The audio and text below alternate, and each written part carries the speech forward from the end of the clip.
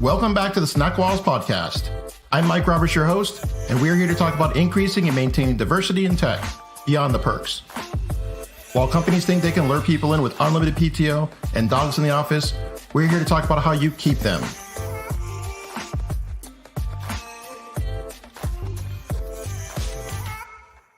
I'm going to throw it over to our special guest today in a few words. Can you tell us who you are and what is it that you do? Sure. Hi, everyone. I'm Marie Roker-Jones, co-CEO of Essteem.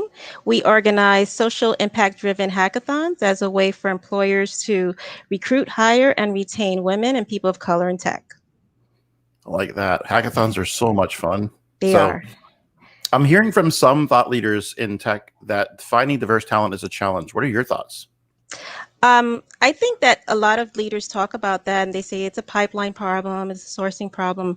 I really think it's a network problem as far as with tech recruiters. If your network is not wide and diverse, you're pretty much going to just reach out to the people you know. And if everyone you know thinks like you, looks like you, went to the same school as you, you're not going to have diversity. So it's really more about expanding your network and reaching out to people and getting to know others in different diversity categories. Right. And one of the ways could be to do an awesome hackathon. Yeah, exactly. That's one way. And networking, LinkedIn. Make sure you're doing the right thing on LinkedIn and connecting with HBCUs. Or you connecting with organizations that have diversity, schools, boot camps. What are you doing to really do that outreach? Are you putting in the effort and the work? So that being said, what do you think about the push to remove the requirement for CS degrees for some of these software engineering roles? I think it's a great move because what happens is you can't tell, so much about someone just based on their education or their resume. And that's why I love doing the hackathons, because then employers get, a real look at what a person can bring to their team.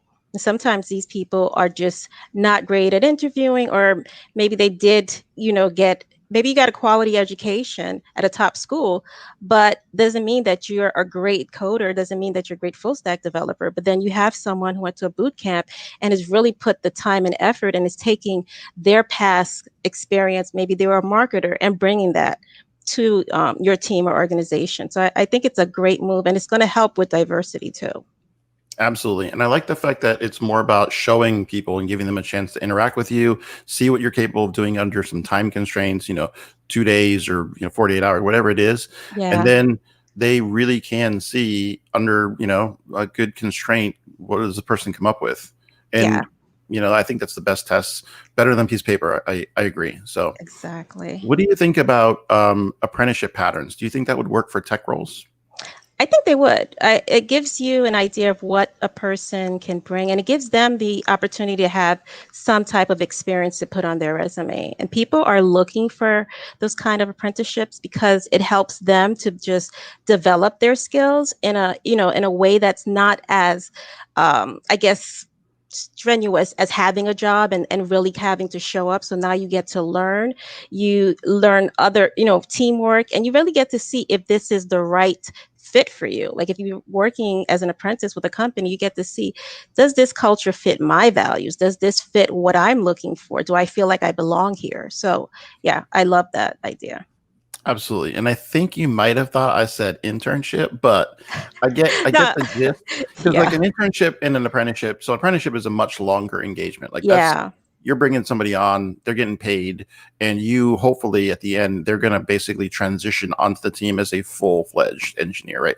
Mentorship, all those kinds of things.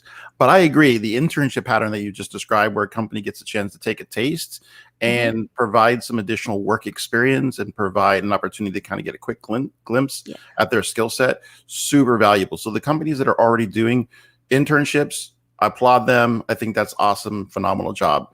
But when we talk about like the apprenticeship pattern, I think that really is the next step. The question is like, do you really align your hiring practices and provide an onboarding sort of ramp for people that, otherwise would not necessarily even get into your internship, right? So I see a lot of companies that set up programs and they run them kind of like their summer internship. And I don't think that's a success pattern for finding diverse candidates. I think it's a very non-inclusive way to do that. So. And you're right. I just wanted to add to that, just that we used to do my previous we used to do apprenticeships for veterans as a way for them to get into tech and to diversity. And you're absolutely right. It does give them this opportunity to kind of onboard and ramp up. And companies don't always extend that offer or make that apprenticeship something that the person gets value out of, because it's just, now you're an employee, but you haven't really gotten the mentorship, all the other extras that you really need to succeed in your job. So thanks for clarifying that for me. Yeah, absolutely. And I think that's important because the pattern is so obvious and clear, like in terms of internship in the tech space, that as soon as I say the word apprenticeship, people just immediately assume, oh, you said internship. And it's like, no, Yes. no, no. I think there is some value in distinguishing between the two and saying that, one is a much longer, this is an experience that's kind of like a specialized training path to get people into an organization. The other is sort of a summer thing, right? Is like, this is exposing people, but the outcomes are going to be totally different. And so if people approach apprenticeships thinking we can just apply the same thing we did with internships, I think they're not going to hit the mark in terms of what we're talking about, which is like diversifying the workforce and actually leading to retaining that talent. So that's the next question I have for you. What advice would you share with companies that are looking to retain diverse staff? So let's say you get them in, you've done an intern, you've done something to get them into the organization. How do you keep them? Well, I think one of the things, the other thing that we offer is also emotional intelligence DEI training for teams, so that we help both the person being onboarded and the team kind of create an inclusive environment. I think a lot of employers start with diversity, and then they do the checkbox for inclusion, like now you're here, but they miss out on the belonging. If you're not doing everything to make that diverse talent feel like they belong there, if you're not asking them questions about who they are, if you're not allowing them to really bring their full selves there, then you're not doing them justice, and it's not a place of belonging. All you're doing is doing diversity and inclusion, and now you feel like you've done something.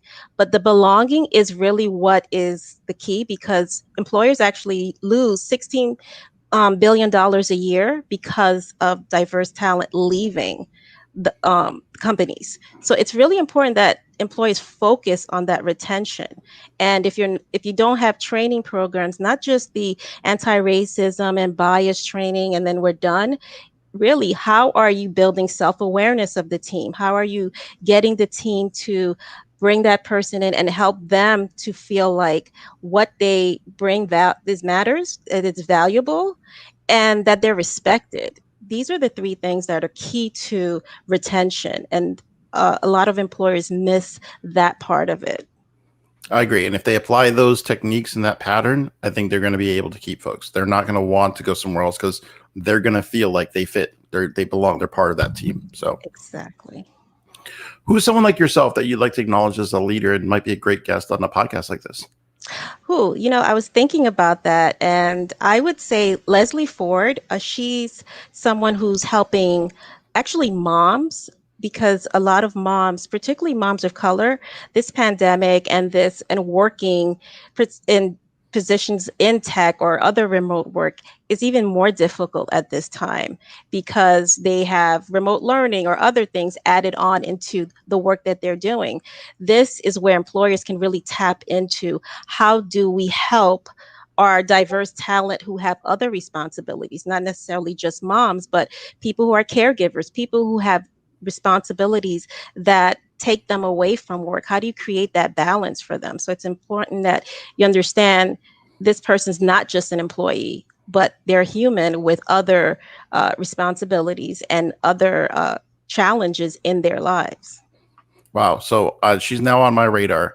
And that just made me think of my mom when I was growing up. So my mom, when I was growing up, she was a school teacher. So I can only imagine what it would have been like to have my mom teaching virtual classes and making sure that I was doing what I was supposed to do, because I was a terrible student. So I would have been running her ragged, trying to keep me focused and trying to keep me like doing my lessons and all that good stuff. So it just made me truly empathize for what parents are going through these days, because my kid is way better at school and way better than paying attention than I was.